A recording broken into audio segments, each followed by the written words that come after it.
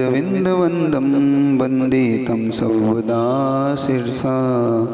चिंतामणि पार्श्वनाथ भगवान की, आचार्य परवर गुरु विद्यासागर जी मुनि महाराज की। चलिए, अब ज्ञानोपयोग के जो 8 भेद कहे थे, अब अलग प्रकार से यहाँ पे वो बताने का प्रयास करते हैं नयों की अपेक्षा से। नए और प्रमाण, ये 2 चीज़ हमारे लिए मुख्य रूप से यहाँ पे देखी जाती है। नई का मतलब होता है, सामने बैठो तो आप मैं उधर नहीं गर्दन कर पाऊंगा, आपको सामने बैठे हो। नए का मतलब होता है कि एक देश वस्तु को जानना, और प्रमाण का मतलब होता है वस्तु को संपूर्ण रूप से जानना, उसका नाम प्रमाण है। अब यहाँ पर नए को विवक्षा करके व्यवहार नय और शुद्ध नय और निश्चय नय, इन 2 नयों से जीव के लक्षण को यहाँ पे बताया जा रहा है। गाथा नंबर 6। अट्ठ चदुनाण दंसन सामन्नम जीव लक्षणम भण्यम व्यवहार शुद्ध नया शुद्धम पुण्य दंसनम नाणम। अब 8 चदुनाण दंसन, यहाँ पे व्यवहार है, इसे 8 प्रकार का ज्ञान। अट्ठ चदुनाण, तो 8 लगाना ज्ञान के साथ, और चदु यानी 4 लगाना दर्शन के साथ। तो 8 प्रकार का ज्ञान और 4 प्रकार का दर्शन। सामान्यम, ये सामान्य से, जीव लक्षणम बढ़ियम, ये जीव का लक्षण सामान्य से कहा है, क्योंकि अपन पहले जीव के लक्षण पढ़ के आए थे। 10 प्राणों से जीता है, उसे हम जीव कहते हैं। और शुद्ध नहीं से चेतना, जस चेतना जिसका प्राण है। और यहाँ पर नयों की विवक्षा से कुछ चर्चा आपके सामने ला रहे हैं। जो 2 नए, व्यवहार नय और निश्चय नय। तो व्यवहार नय की अपेक्षा से तो 8 उपयोग अपन पढ़ के अपन आ ही रहे हैं। 8 प्रकार का ज्ञान, 4 प्रकार का दर्शन, ये 12 उपयोग वाला जीव होता। वो भेद विवक्षा, तो अपन पहले ये समझ ले कि व्यवहार नहीं और शुद्ध नहीं, निश्चय नहीं क्या है। व्यवहार नहीं का मतलब होता है जो भेद का कथन करके हमें दिखाता है, वो हम व्यवहार नहीं को विवक्षा लेके चलते हैं। और निश्चय नहीं अभेद को कथन लेके अपनी बात को आगे बढ़ाना है। तो जब व्यवहार को कथन करके चलती है कोई वस्तु, तो अपने को हर विवक्षा से दिखाता है। जैसे निगम, संग्रह, व्यवहार, ऋज, सूत्र एवं भूत, ये आपके सप्त 7 नए होते हैं। शब्द समय भी रूढ़ा एवं भूता नया, ऐसा 7 सूत्र आता आपका। तो इसमें व्यवहार को लेके मुख्यता से वो अपनी चर्चा को चलता है। लेकिन जब हम निश्चय के भेद करके आए थे, तो वहाँ पर ने 2 भेद किए थे, एक शुद्ध निश्चय ने, एक अशुद्ध निश्चय ने। यहाँ पर शुद्ध निश्चय नहीं की अपेक्षा से शुद्धम पुण्य दंसनम नाणम, और शुद्ध की अपेक्षा से तो शुद्ध निश्चय नहीं की अपेक्षा से ज्ञान जीव कैसा है, शुद्ध दर्शन और शुद्ध ज्ञान का ही जीव का लक्षण है। तो जब हम व्यवहार नहीं की विवक्षा को लेके चलेंगे, तो 12 उपयोग वाला जीव माना जाएगा अपने को, जो अशुद्ध है अपने साथ। इसमें से कुछ है जो केवल ज्ञान है, केवल दर्शन है ना, ये छायिक होके भी है तो शुद्ध, लेकिन ये व्यवहार नहीं की अपेक्षा से भेद कथन करके चल रहा है यहाँ पे।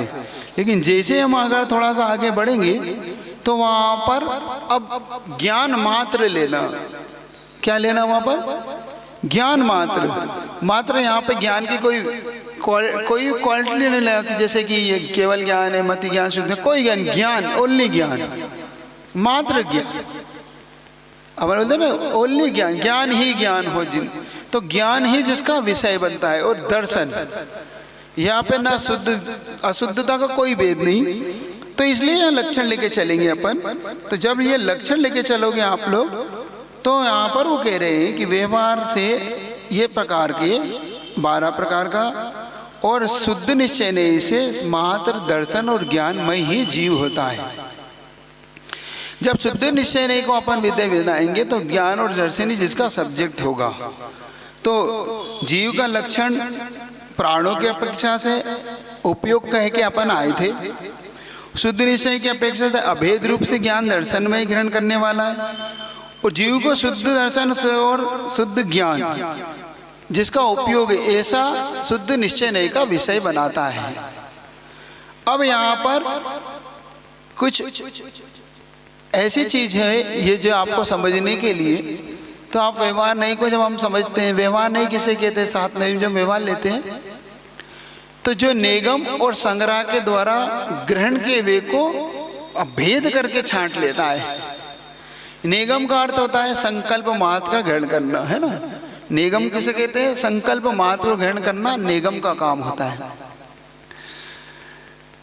और निगम मतलब जैसे कि आप खिचड़ी बनाने के लिए अभी दाल को बीन रहे थे, आपने कहा क्या क्या कर रहे हो, किसी ने पूछा तो आपने कहा खिचड़ी बना रहा हूं। तो आप खिचड़ी तो बना नहीं रहे, आप अभी दाल को बीन रहे हैं, चावल को अलग कर रहे हैं, चावल को व्यवस्थित कर रहे हैं। तो आपने कह दिया, तो संकल्प, क्योंकि आपका संकल्प उसने ग्रहण कर लिया। निगम का संकल्प मात्र गाह्यम, संकल्प मात्र को जो ग्रहण करने वाला होता है वो निगम नहीं है। और उसके बाद संग्रह ने वस्तुओं में एक जाति की अपेक्षा वस्तु को जब ग्रहण करता है, मान लो किराना की दुकान पे आप जाते हैं तो वहाँ पे आप सारे सामान एक साथ किसी उसमें ले लेते हैं, भाई उसी एक पोटली सी बना देता है, उसमें शक्कर रख देता है, उसमें वो रख देता है और एक टोकनी से आप ले आते हैं। ये हो गया संग्रह नहीं का काम, संग्रह करना। लेकिन व्यवहार नहीं, फिर आप घर जाते तो फिर शक्कर को शक्कर डब्बे में भर देते हैं, चाय को चाय के डब्बे में, दाल को दाल में रख देते हैं। ये हो गया व्यवहार नहीं का काम। व्यवहार ने सबको भेद कर दिया अलग अलग। व्यवहार ने क्या किया? संग्रह ने इकट्ठा करके आपसे ले लिया। आपने कहा कि भाई हमें ये लिस्ट पकड़ा दी, उसने आपके लिए परचून वो बना देता है, एक टोकनी सी बना के, और आपको दे देता है कि उसमें एक थैली में शक्कर रख देता है और इकट्ठा करके कि आपका ले जाओ। तो आपने संग्रह कर लिया वस्तु का। अब व्यवहार, आप घर पहुंचे तो उसका व्यवहार का उपयोग करते हैं। आप व्यवहार का उपयोग कैसे करते हैं? तो आप जिस वस्तु को जिसमें उसको व्यवस्थित कर देते हैं, अलग अलग छांट लेना, ये व्यवहार नहीं।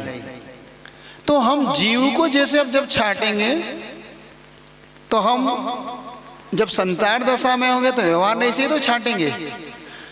तो संसार दशा में हम ये एक इंद्रिय वाला है, ये मति ज्ञान वाला है, ये श्रुत ज्ञान वाला है, ये दर्शन चक्षु दर्शन वाला है, ये अचक्षु दर्शन वाला है, केवल दर्शन वाला है, ये अवधि दर्शन वाला है। ज्ञान में ये मति ज्ञान वाला है, ये श्रुत ज्ञान वाला है, ये अवधि मना पर केवल ज्ञान वाला है। ऐसे आप ज्ञान के पीछे छांटते हैं। तो व्यवहार नहीं तो अभेद करके आपको जीव में ज्ञान दर्शन का जो भेद कर रहा है वो ये ज्ञान है, ये ज्ञान है, कौन कर रहा है? व्यवहार नहीं। तो इसीलिए व्यवहार नहीं से उन्होंने उसका लक्षण कहा। लेकिन आपका कि हमें तो शुद्ध निश्चय नहीं का व्यवहार थे, तो क्या ज्ञान और दर्शन न वो संसारी को भेद करता है न सिद्धों में भेद डालता है, वो तो सीधा सीधा ज्ञान दर्शन को पकड़ता है। तो ज्ञान अपन निगोद से लेके सिद्धों तक में ज्ञान पाया जाता है। निगोदिया में हो, इनमें भी ज्ञान होता है, मति ज्ञान वाले में, शुद्ध ज्ञान वाले, सब में ज्ञान तो ज्ञान है। इसको ज्ञान, आप एक ज्ञान धारा के बोलते हैं ना, ज्ञान रूपी धारा चल रही। तो ये कहाँ से कहाँ तक? ये नीचे से लेके ऊपर तक, तो वो कहलाती है ज्ञान। लेकिन जब आप दर्शन की चर्चा करो तो वो दर्शन तो शुद्ध ज्ञान और शुद्ध दर्शन को अपना जो सब्जेक्ट बना लेता है, वो कौन बनाता है? शुद्ध निश्चय। और जब व्यवहार करता है वो भेद को कथन ज्ञान को भेद करके चलेगा। वो पहले पूछेगा कौन सा ज्ञान वाला जीव चाहिए आपको? मति ज्ञान, तो हाँ ये मति ज्ञान। अवधि ज्ञान वाला, हाँ ये अवधि ज्ञान। ये शुद्ध ज्ञान वाला, ये श्रुत ज्ञान। तो आपको अलग अलग 5 ज्ञान वाले जो अपना भेद करेगा, ये किसका आप सब्जेक्ट हो जाएगा? व्यवहार। अब आगे आप ज्ञान में भेद नहीं करना, जीव को भेद करके दिखा रहा है कि ये मति ज्ञान वाला है, ये श्रुत ज्ञान वाला है, या अवधि ज्ञान वाला है। हाँ, व्यवहार नहीं का अर्थ होता है जो वस्तुएं, जो पदार्थ है, द्रव्य, इनमें जो भेद कथन करके दिखाता है। अब हमारा भेद और अभेद पहले बता दिया था, भेद और अभेद के रूप में हम पहले चल रहे थे।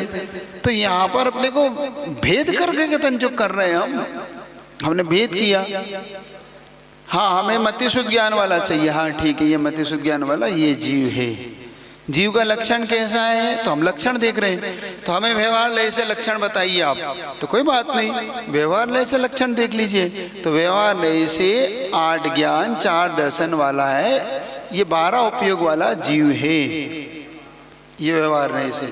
आपने जो 8 कह दिया संख्या, जो 4 कह दिए संख्या, भेद करके दिखा रहे ना, और अभेद में कोई संख्या होती नहीं, अभेद तो अभेद है, ना 8 है, ना 4 है, ना 2, कुछ नहीं। वो कह रहा है कि ज्ञान और दर्शन,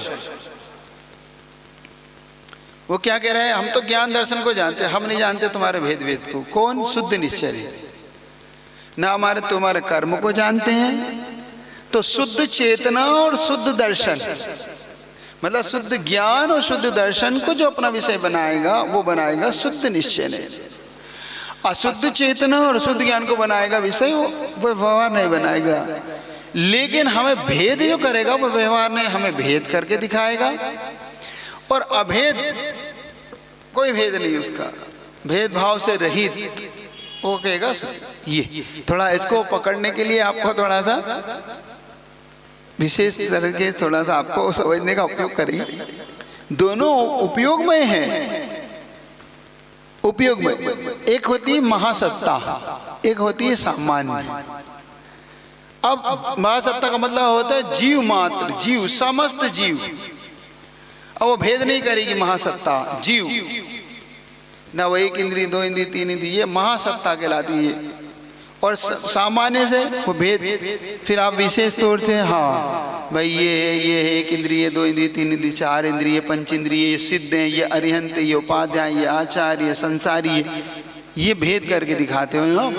अब जीव में आपने भेद डाल दिया, ये भेद किसने डाला? व्यवहार नहीं। इसी प्रकार जीव के ज्ञान और उपयोग में जो भेद करके हमें दिखा रहा है, अब हमें दृष्टांत को समझने का प्रयत्न करना है। ज्ञान और दर्शन में जो भेद कर रहा है ये व्यवहार नहीं कर रहा है। ये बार बार इसलिए आप इसको रिपीट कर रहा हो कि आप अपने इधर बिठाओ इसको, हाँ दिमाग में आपको बार बार ये बैठे, शुद्ध और अशुद्ध 2 चीज बैठ जाए आपको। हाँ अपन लोग अभी संसारी दशा में शुद्ध हैं कि अशुद्ध हैं? अशुद्ध हैं।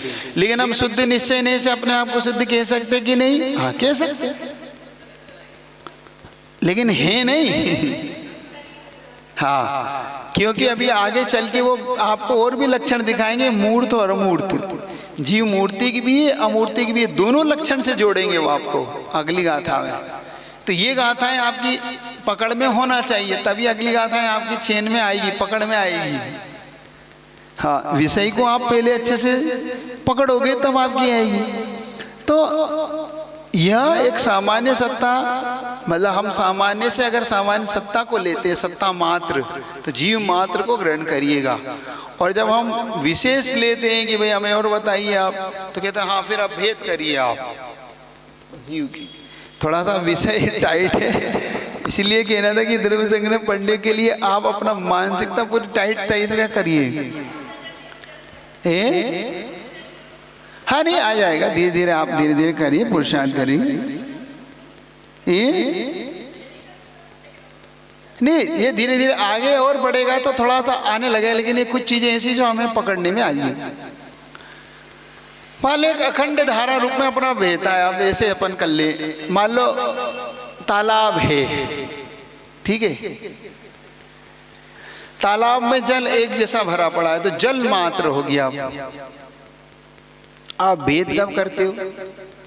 ये जैन का घर का पानी है, ये छत्री के घर का पानी है, ये वैश्य के घर का पानी, ये शूद्र के घर का पानी। भाई तालाब तो उसी एक तालाब से चारों ला रहे हो, लेकिन बर्तन में आते ही वो भेद हो गया।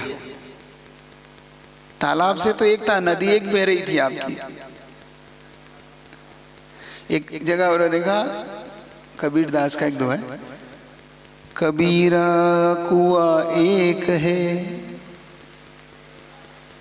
पानी सब में। कबीरा कुआं एक है, बर्तन सबके न्यारे। और ऐसा कुछ उन्होंने वो भूल, वो मेरे दिमाग से, कबीरा कुआं एक है, पानी सब में एक, बर्तन बर्तन सबके न्यारे, पनहारन अनेक। अच्छा, कबीरा कुआ एक है, पनहारन अनेक, बर्तन सबके न्यारे हैं, पानी सब में एक। कबीरा कुआ एक है, पनहारन अनेक, बर्तन सबके न्यारे हैं, पानी सब में एक। वो ये था कि कबीरा कुआं तो एक है। देखो कबीरदास कहते देखो कुआं तो एक है, और ये पानी भरने वाली चीज पनहारन है, पानी भरने वाली सब देखो कितनी सारी है, और बर्तन सबके भिन्न भिन्न है, कोई का बर्तन छोटा, कोई का बड़ा, कोई का और बड़ा, और पानी सब में एक। एक्चुअली उन्होंने अध्यात्म पद में इसको घटाने का पुरुषार्थ किया कि देखो ये भेदभाव करते हैं, मतलब वो उनका कहना था भेद क्यों करते हो, सिर्फ बर्तन से भेद, पानी में भेद कैसे हो सकता है। ऐसे उनका कहना यह था कि भगवान तो एक है और हम सब भिन्न भिन्न है, सबके बर्तन अलग अलग है, मतलब हम सबका शरीर, इनका शरीर अलग है, लेकिन पानी सब एक, मतलब आत्मा तो सब भगवान का ही अंश है। हम उनके मानते ना कि हम सब भगवान का अंश है, हम भगवान की ही एक अंश है, ऐसा उनके दर्शन में मानते हैं। वो भगवान के अंश से हमें भिन्न नहीं मानते। और जैन दर्शन अलग मानता है, जैन दर्शन अपनी अपनी आत्मा का स्वतंत्र अस्तित्व मानता है, और उनके दर्शन में भगवान के ही एक एक अंश हम हो जाते हैं, हम उनके ही एक पार्ट है, और मिलके जैसे एक लड्डू है, उनका कहना लड्डू है, तो लड्डू को एक टुकड़ा आपने खा दिया, एक टुकड़ा उसको दे दिया, पीस कर दिया, तो लड्डू कहीं तो टुकड़े हुए, तो लड्डू कहीं तो अंश है, वो अलग नहीं। तो ये तो उनके हिसाब से हो गया। अब यहाँ पे अपने को इसको समझना है कि यहाँ क्या कह रहे हैं। यहाँ ये कह रहे हैं कि व्यवहार से तो हम उस ज्ञान के भेद कर रहे हैं, व्यवहार से हम उस दर्शन का भेद कर रहे हैं, लेकिन हम शुद्ध निश्चय से तो एक है, ज्ञान मात्र। शुद्ध निश्चय नहीं किसको पकड़ रहा है, ज्ञान मात्र को पकड़ रहा है, दर्शन मात्र को पकड़ रहा है। वो कह रहा है कोई भेद नहीं, ना 4 ना 8, ज्ञान के कोई 8 भेद नहीं, चाहे दर्शन कोई 4 भेद, ज्ञान मात्र, दर्शन मात्र। हाँ, ये किसका भेद है, शुद्ध निश्चय नहीं का। और अशुद्ध निश्चय नहीं का मतलब अशुद्ध निश्चय मतलब व्यवहार का, व्यवहार वो पुस्तक रखी दे दो, और पुस्तक वो रखी जिसको ही पढ़ना हो तो वो उससे। हाँ, तो अशुद्ध निश्चय नहीं से या व्यवहार नहीं से, तो व्यवहार नहीं से ये आपके लिए अलग प्रकार से बताने वाला है। बस इतना सा यहाँ पे सब्जेक्ट है, बस इतना सा गाथा का भाव है। तो जब हम पकड़ते चाहेंगे, जब हम भेद करना चाहेंगे, तो हमें किसका आश्रय लेना होना, और जब हम बिल्कुल एक सत्ता मात्र को चाहेंगे तो हमें शुद्ध निश्चय नहीं का आश्रय लेना होगा। शुद्ध निश्चय नहीं का जब हम आश्रय लेंगे तो ना कोई संसारी है ना कोई मुक्त है, सब जीव मात्र हैं, और उनका जीव मात्र होने से उनका ज्ञान और उपयोग भी ज्ञान मात्र है, दर्शन मात्र है। ये यहाँ पे कहने का भाव है। जब हम व्यवहार नहीं का आश्रय लेंगे तो हम मुक्त में भी भेद करेंगे, जीव में भी भेद करेंगे, तो उनके ज्ञान में भी भेद करेंगे कि भाई संसारी का ज्ञान ऐसा है और मुक्त का ज्ञान ऐसा है। सरसानी का दर्शन है शुद्ध ज्ञानमय, ज्ञान की एक धारा, जैसे मैंने कहा ना कि एक नदी एक बह रही है, जहां से निकली समुद्र तक एक है, लेकिन आप भेद कहाँ कर लेते हो, जैसे उसको पानी अपने अपने घरों में ले लेते हो। तो ये भेद कैसे करते हो, व्यवहार से।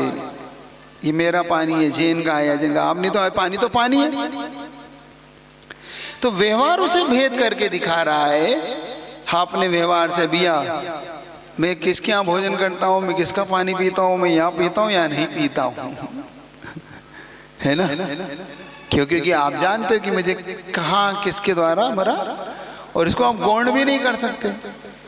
इस व्यवहार को गौण भी नहीं करना कभी, व्यवहार नहीं तो एक हो जाएगा, तो गड़बड़ हो जाएगा आपका। ये नई एक दृष्टि है। शुरू में मैंने कहा था एक नई एक दृष्टिकोण है, वस्तु तत्व को समझने का एक दृष्टिकोण होता है नए। उस दृष्टिकोण को अगर समझना हो तो आप इस नए और प्रमाण को आपको जानना होगा,